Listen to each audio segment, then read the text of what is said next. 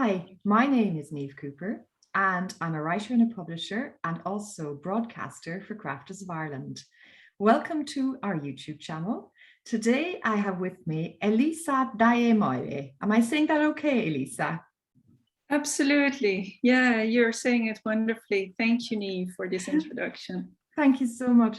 So Elisa, you are, as your name would suggest, not from Ireland originally. I believe you're Italian.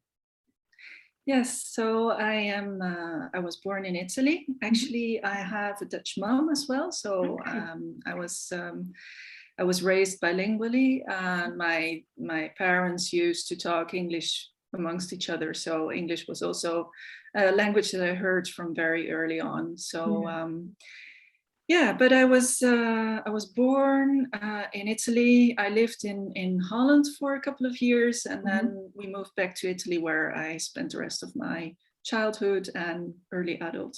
Yeah. So yeah, really interesting. Also surrounded by languages, you know. So I can relate to that. I grew up in Germany, but my dad is Irish American. My mom is Irish. So you know, it opens doors, and I believe.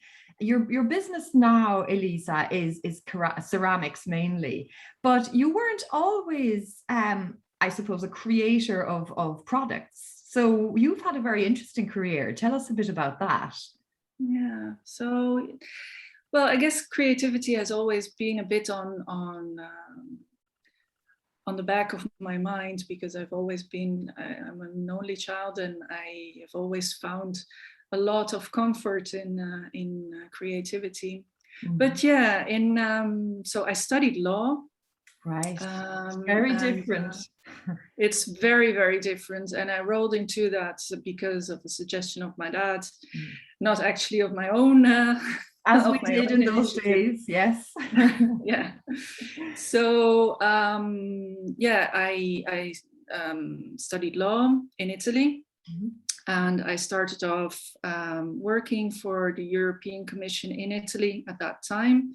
Fabulous. On a temporary contract. You had your languages that probably opened that door as well into the European Commission. Yeah. Fantastic. Absolutely. And I went to the European school as well, which is generally a school which is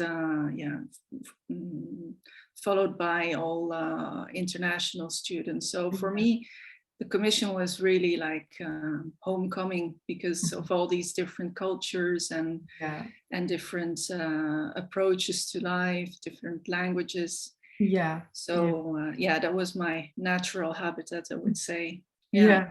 And then, but it was only a temporary contract, so I had to move out, and I moved to Belgium to become a lawyer.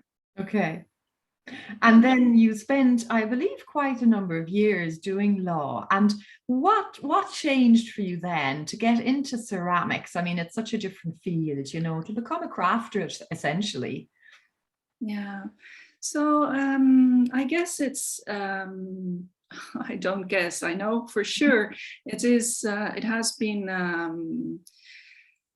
a depression. So I went into a serious depression due to a difficult situation at work, a lot of stress, a lot of pressure as well from the family.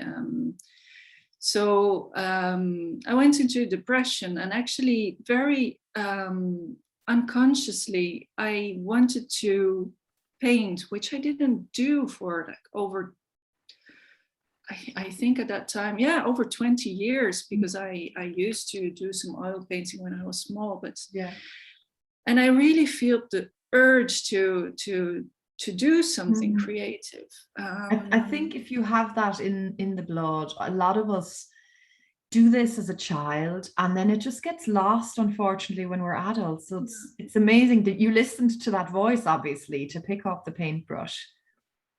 Yeah, but it was very, very weird. Actually, I really remember feeling that urge, but there must be something in my subconscious which came up. But it was actually my husband who said, well, you need to get out, you need to see people. Yeah. And he said, I registered you for a ceramic course. Oh, wow. Ceramics course. So what a supportive husband. That's fantastic. Yeah. Often I think he knows me better than I know myself. So yeah, but he registered me, and after a lot of yes and no, I decided to go. Okay. And that was it. So that was the beginning of the new journey. Yeah. Absolutely. Yeah. And it was, I just needed to go there once, and I felt the need to go back there. So and that was my start in 2014. Wow. And I believe as well, you've turned this experience, or some of it, into a book that, you know, working with clay, and I suppose the fact that we need to mind our mental health, which I think is it's so topical at the moment, and especially after, or we're still at the end of the pandemic, really. So do you want to talk about your book a little bit? And then I'd love to hear about what brought you to Ireland. Sure. Yeah. So actually, well, this is my book. Mental Healing Through Clay. Mental Healing Through Clay. And I wrote it actually all in one go. And I hadn't really, again, I didn't have the conscious intention to do that. But when we arrived in Ireland, it felt like I needed to close a chapter and put it down in writing and reflect on it and move forward. Yeah. And that is what I did. And literally write the chapter, you know, by creating a book. And as a publisher, I know how much work is involved. So well done you on writing it, on finishing it, and actually publishing it, because all those steps on their own are quite scary, but you did it. Yeah, and I must say it went very naturally. So I like writing. Also, when I was in the depression, I wrote a lot of poems, and I put some of the poems as well in the book. Oh, what I want to do with the book is really to reach out to other people in a similar situation, and mostly I think women. Women are suffering a lot from mental pressure and stress because of the way we quietly. You know, we suffer, we just get on with things, but I think we probably push things beneath the surface.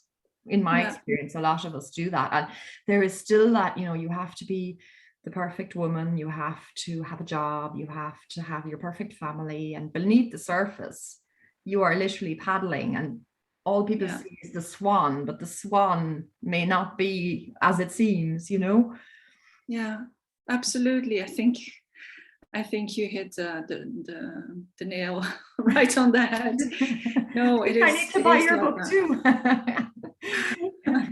But I would love to send it to you. Really, I sent it to Bernie as well. So I think it is meant for dissemination, and it's meant as a support to people. It is not meant to make any money of it. So it is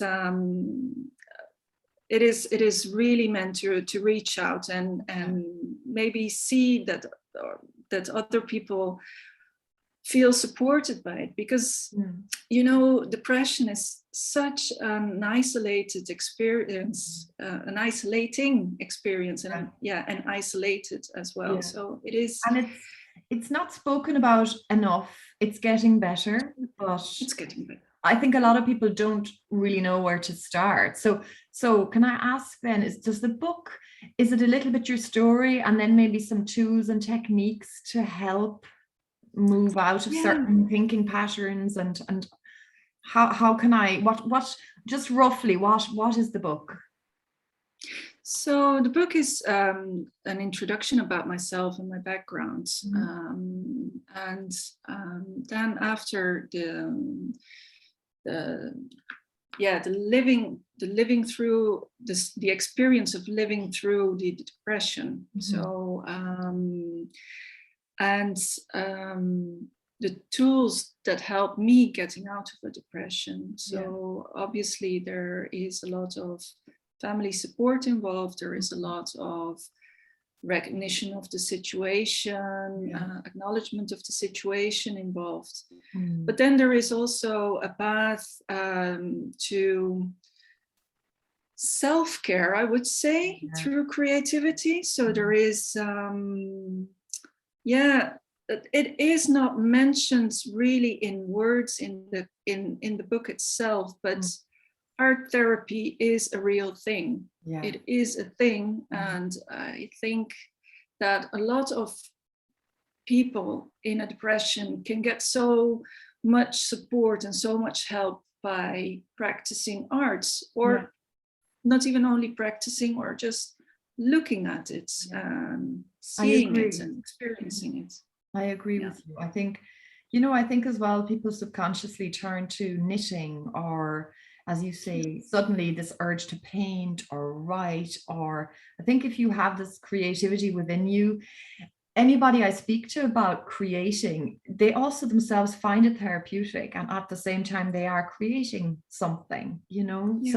So if people were interested in buying the book, I believe you have partnered with Crafters of Ireland. So the book is for sale on craftersofireland.com. Do you want to tell us a little bit about how you came to, well, I suppose, partnering with Bernie Clancy, who is the founder of this fantastic organization? So you might tell us a little bit about that. Sure. So I was actually contacted by her collaborator, Larissa, and she said, "Well, I've seen your work on the internet," and she said she really liked it, and she wondered whether I would be interested in joining Crafters of Ireland. And she offered me the opportunity to have a talk with Bernie.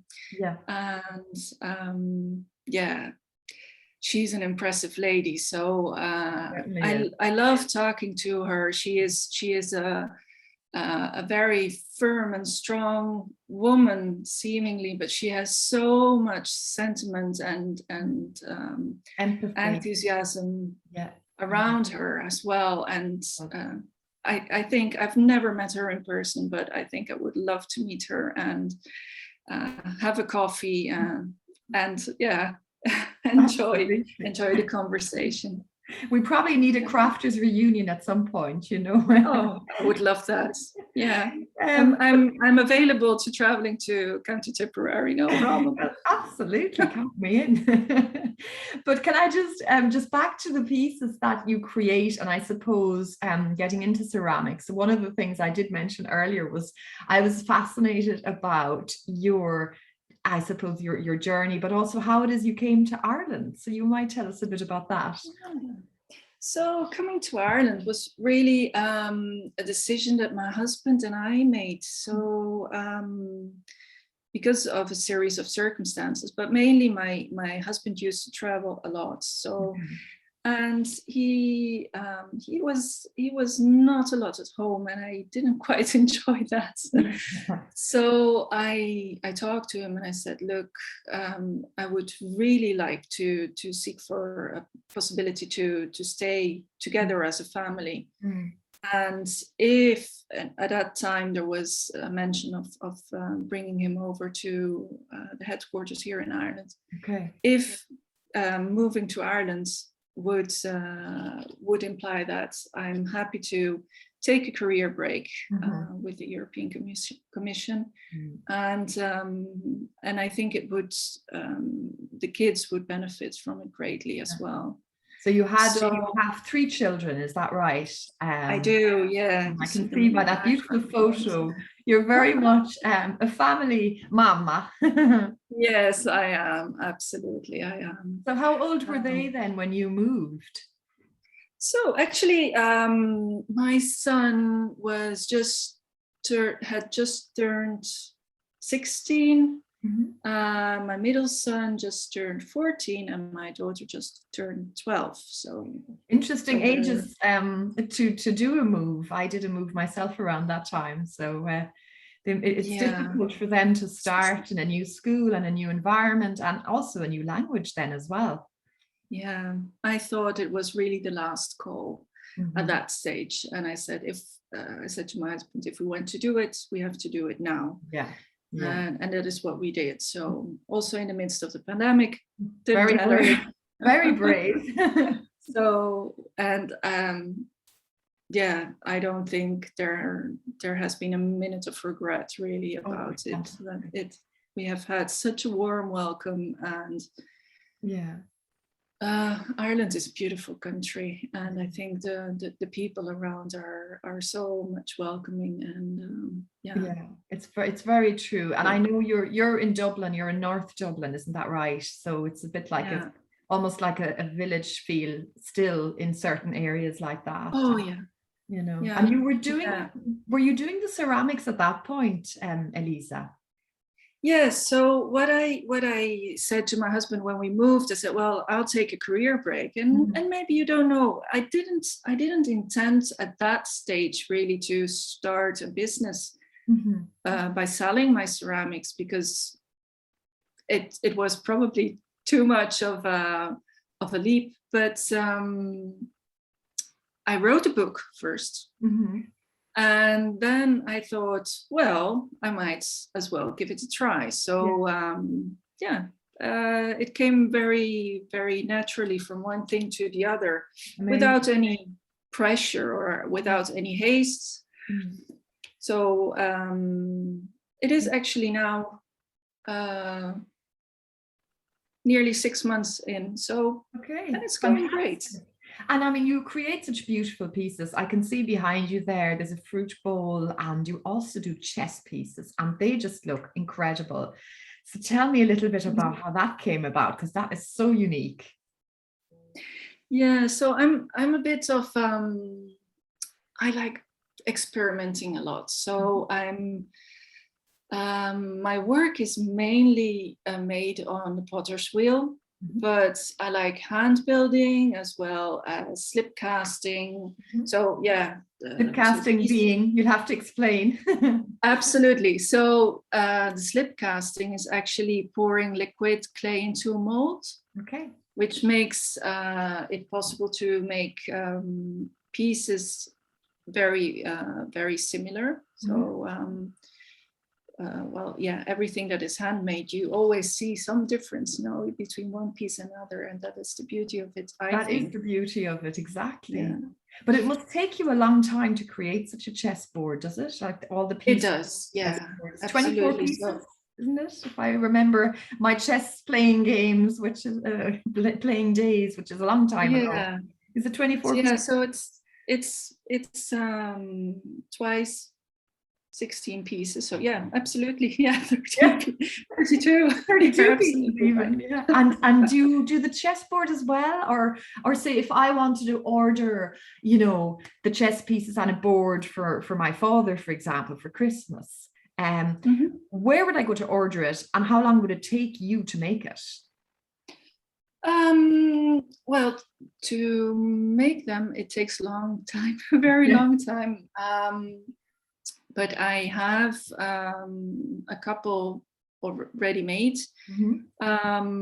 So the chessboard is included as well, and it's handmade as well. It's made by a crafts person in Carlo. Oh, fantastic! So, all Irish. All Irish. It's all Irish, yeah, absolutely. No, you cannot make a handmade chess piece with a fabric made chessboard. So it just wouldn't have the same. It needs to. I know exactly what you mean. It needs to be handcrafted. And so if I was to order a chess set, I would go on to craftersofIreland.com, and how would I find you, Elisa? So you can find me under actually Elisa Ceramics Art in Crafters of Ireland. Okay. Or you there is the drop down menu, and you have ceramics and pottery. Actually, it is a bit hidden, but I think the site will be reorganized a bit so that you can easily find it. But if you go under the drop down menu, there is art, and then under the drop down menu of art you have ceramics and pottery, I think, as well. And there you should be able to find me. Excellent. So it's Elisa Ceramics Art. And you are a crafter on board with Crafters of Ireland. And Elisa, I thank you so much for your time, and also just for your openness and your honesty to talk about, you know, your journey and also writing the book. So you basically, if anybody would like to purchase ceramics, I suppose we all better get our skates on to purchase in time for Christmas, or perhaps as a gift, an anniversary gift, a birthday gift. These are just such unique pieces. And also the book. So you can order the book on craftersofireland.com also. Isn't that right? Absolutely. Yes. Yeah, it is up there. Thank you so much for your time. I really enjoyed chatting to you, and the very best of luck with your business, Elisa Ceramics Art. Thank you. Thank you, Niamh, for this opportunity, and thank you for your lovely conversation. Thank you so much. Bye.